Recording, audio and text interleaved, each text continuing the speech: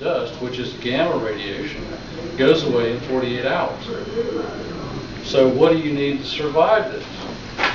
Well, what you need some sort of barrier between you and this dust. Now, you're not going to go up there with a hose or a blower and get it off your roof.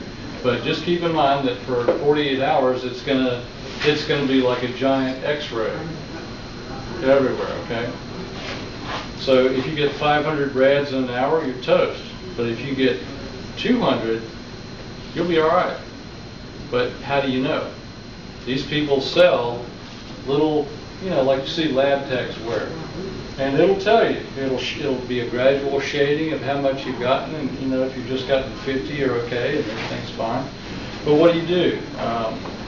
What you want to do is stay safe for 48 hours, because in 7 hours, that 500 rad gamma ray dose drops to 50 rads an hour. That's survival. But you still don't want to be exposed to it. And it drops to 5 rads an hour in 2 days. Okay? So to stop 90% of this radiation, you need about 16 inches of earth. I'm not talking packed, I'm just talking shoveled earth, or 11 inches of concrete. Now you can have concrete blocks and you fill them full of sand, but if you want to stop 99% of it, you need 2 feet of packed earth or 16 inches of sand-filled concrete blocks. Now that's doable. I mean, just think about it this way. These people have on their website how to survive different nuclear incidents and how to be prepared, what to do, what things to go out and buy, like that. Okay, but if you're in your house, say, and you've got a special area set aside, say it's your desk and you've got bookcases there, or we don't have basements here, but you could even stack books up around, just anything you can do to make a barrier. It's not an automatic death sentence, but we don't want to survive hurt. We want to survive okay, so we can help other people, because there are other people that's going to need it. So,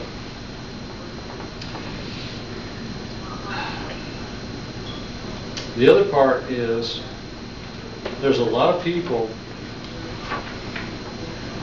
that, like I was saying, are 8 to 5 zombies. They ignore the obvious looming problem.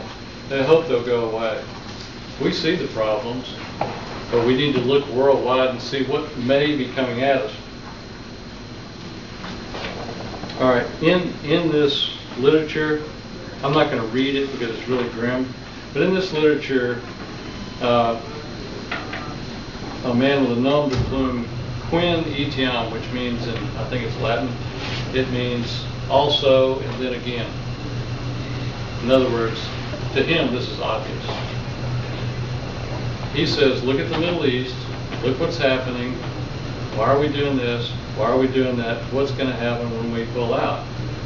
We'll have a united Middle East.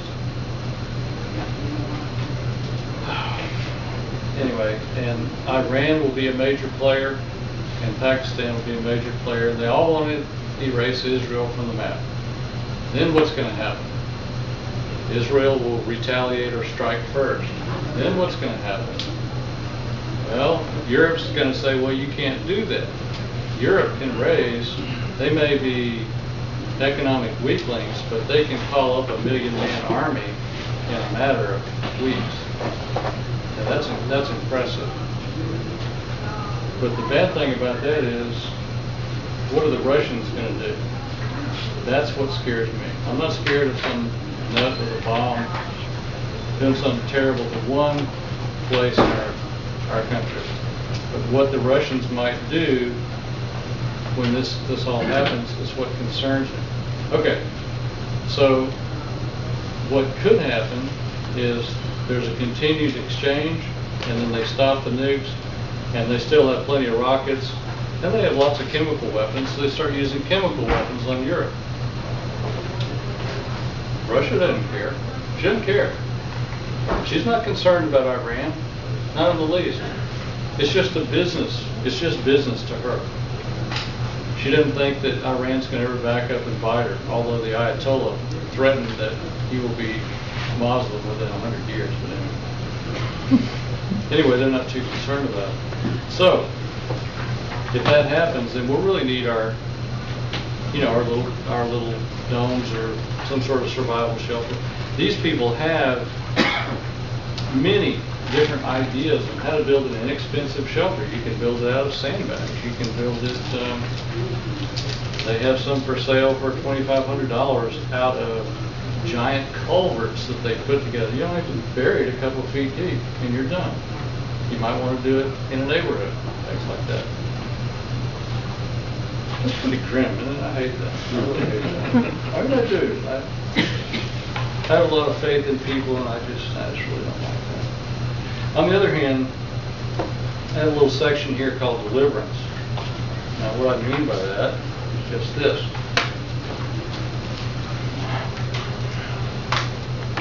Our dear first president, George Washington, was, and I'm going to read just a little bit of this now, was having a really hard time at Valley Forge in the winter of, I think it was 1777. American forces were fighting the British and they were having a tough time doing it. And he was just wondering where it was all going. He was dead tired. And he was writing out his orders for the day and kind of laid back, and in sort of a half sleep, he said it was like something had grabbed him, and to use modern lingo, sort of put him into a super aware trance. Okay, I'll just use it that way. He saw what he described as a beautiful female or an angel, depending on your religious preference. And then the female raised her hand like this, and there was a cloud that appeared in his consciousness, in his vision. And she said, "Son of the Republic, look and learn." What she did was, she said that there will be three challenges, three great conflicts for this new republic. The first is, yes, you will win over the British. The republic will be established and it will endure. The second great challenge he saw when she waved her hand again, it was brother against brother, and the issue was states' rights and slavery. Okay, and then the third one, she said, was the most difficult of all. And there were clouds from armies, from Europe, from Africa, from the East, coming into America, fighting the American people, burning villages, towns, things like this. And the American people were just about quit. And she waved her hand again and blew a sharp blast on a trumpet. And when she did so, in his vision, all this darkness and horrible stuff just started to diminish, and the sky opened up, and there were, he doesn't call them angels exactly, but they were entities of light, or anyway, these shining beings came down the side of the Americans, who took heart and finally threw these people out.